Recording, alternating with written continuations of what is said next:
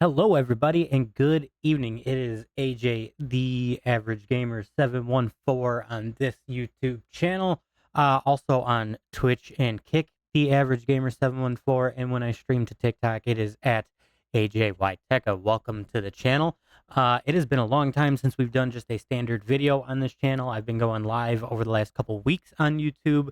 I have been multi-streaming, and this video is for the budget streamer, somebody like myself who is just starting out, somebody who doesn't have maybe a whole lot of money to go either build a gaming PC, or someone who doesn't have a lot of money for perhaps audio or a mic.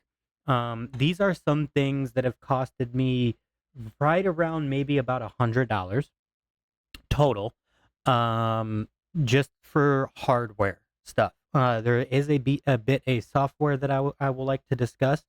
So if you are somebody like me who hasn't, been able to really start streaming or doesn't have a lot of money to start streaming, this video is for you. This video is recorded in one take, no editing. There's also no intro. There's none of that. So the first thing that I'm going to start with, if you're not a keyboard and mouse guy, which I am not, this is the Game Sir 7. This is the standard 7. This isn't even the 7 Pro. This controller was right around $35. I got it on sale.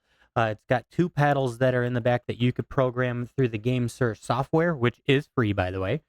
There is also, it has Hall effect sensors in both the joysticks and the triggers. A little bit to get used to at first. Took me a couple of games. It felt kind of sluggish, but you're able to do something called controller overclocking. You're able to basically change the hertz in which the controller reacts. I think it's 250, 500, and 1,000. Once I flipped that onto 1,000, like it felt like a regular Xbox controller, but the aiming curve. I play Call of Duty and I also play NASCAR. So for me, this controller type really helped with the aiming not feeling kind of jittery because of stick drift. That's a big problem with standard controllers, and it felt really good. It took me like 3 or 4 games of Call of Duty and maybe like 3 to 5 races in a NASCAR game to really get used to it and kind of just fine tune some of my settings, like in Call of Duty, my aim assist I had to adjust a little bit, my dead zones I adjusted a little bit, and then the what's it called? Not the dead zones, but the min max in the dead zones. Also adjusted my sensitivity. I was at like a 1.4 and a 1.6 left and right.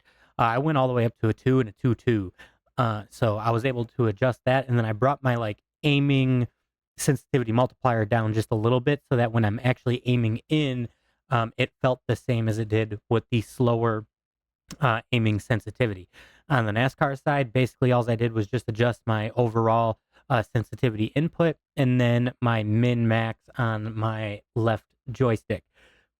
For $35 to have Hall effect sensors in it, yeah, I think that it feels really, really good. Now, what you are looking at me through is a webcam that actually my wife bought me. I want to say it was somewhere in the neighborhood of $20 to $25. If you go into Streamlabs, which is what I use, and we will talk about Streamlabs later. If you go into the settings through Streamlabs, when you do the properties of that camera, it'll bring you into the Windows portion of it. There are some basic settings that you can control in that, and then through Streamlabs, you can control what the overall rate of the video would be. So like if it's going to actually pull a 720 video or a 1080 video. I have mine all the way up in at 1080. I probably could get away with 720 because I will show you the live scene that I use. Even though there's nothing pulled up here, it shows a nice clear picture down here, where you see my head in that little box. As you can see, that is my sister, who was the last person to subscribe to my YouTube channel. But it does show a nice crisp picture for it being 1080. It was, again, really cheap. It's got some RGB lights on it that lets you know when you're live or when it's not actually pulling a picture. It's got like a color shifting that goes on, and then it's just pure red when it's on but doesn't show a video.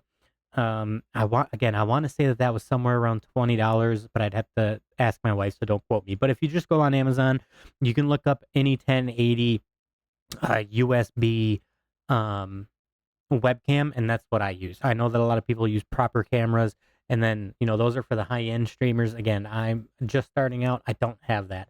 I'm streaming and recording off of my laptop, which is kind of why I wanted to make this video, because again, I don't have a proper gaming PC yet.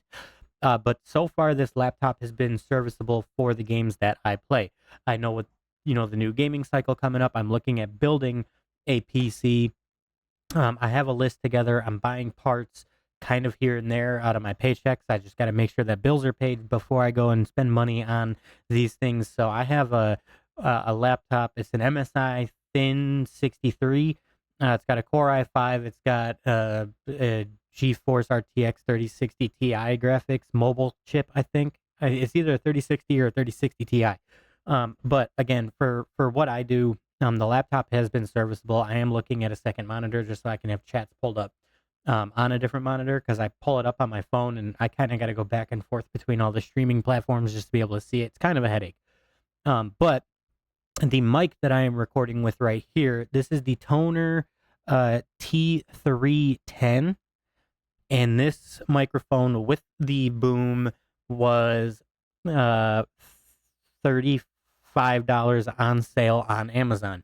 What I like about this mic is it's basic. It sounds okay right out of the box. I go into my Streamlabs and I did put on a compressor and some other things just to make it sound a lot better. So you could do that through Streamlabs. So you don't need an expensive mic, but for $35, it is a compressor mic, which is really nice. On here, it has at the top, it's got a dial. So if I disappear, you could hear that my voice disappears as I dial this back. And then as I dial this up, my voice will get a little bit louder. So there's a physical rotating dial for that. And then if you tap it's just a censored button on the top. It's not a physical click. It's just a touch thing. If you touch it, so as you see, the mic turns red. That indicates that it's off. Then you can't hear anything. On the bottom, there is another rotating dial that is for you to turn down and up the brightness of the LED here, of the lights, which is really neat. There is a push button on the side that if you hold it, it will turn the mic off completely. But if you just tap it, you could go through different color profiles that they have. They got a couple of different blues. They have purple, orange, like a greenish yellow, a pure green, and then it goes back to the color shifting, color cycle, RGB puke type deal. So obviously the colors aren't going to show up that great just because I have a light that's right up here, so you can't really see the color like effect all that well. That's just so I can keep my face bright enough when I'm streaming during the day. But at night, what I'll do is I'll turn this off so that you can get a really good idea. Maybe not. I'd have to have all the lights off in this room for you to really be able to see it. So maybe I'll show it a little bit later. Now, the last piece that I got, I just got these today. So if you want some really good audio in your ears, I was previously using my Rig 700s. I want to say they're 700s. They sound great. They're awesome. But if I forget to charge them, I had a live stream where they died on me. That was really unfortunate. But these are plug-in with a standard audio jack.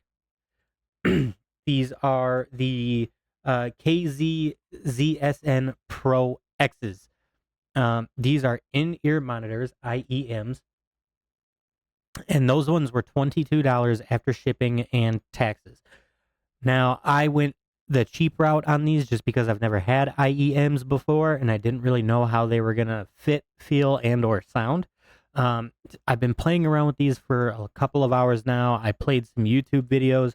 I played I played a couple of rounds of Call of Duty just so I can adjust the sound now that they're IEMs instead of over-the-head microphones. There is a bit of software that I recommend you use with these. It is free. It is called FxSound.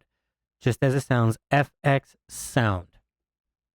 They have a version for, excuse me, they have a version for Windows and they have a version for Mac. Obviously, I have the Windows version, and it sounds great. Now, what I did was I plugged these in, and I basically what I wanted to do was match the sound that comes out of my Galaxy S25 with my Galaxy Buds FE.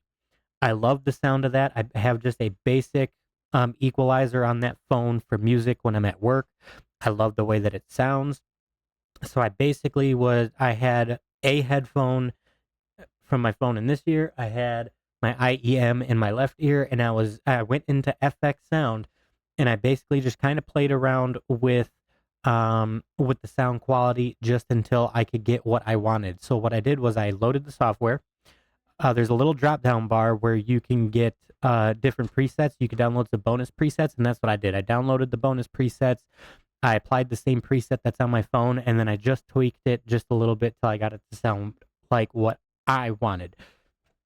So again, this video is just for you guys that are maybe just starting out. You don't have a lot of money. These are things that can make you sound a lot better. This will make you hear a lot better.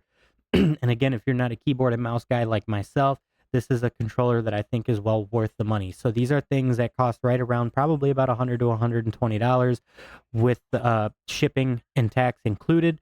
So if these are things that maybe you guys are looking at to try to be able to further or kickstart your streaming career like I just have, maybe that these are some things that you should look at. So once again, this is the Game Sir 7, not even the Game Sir 7 Pro.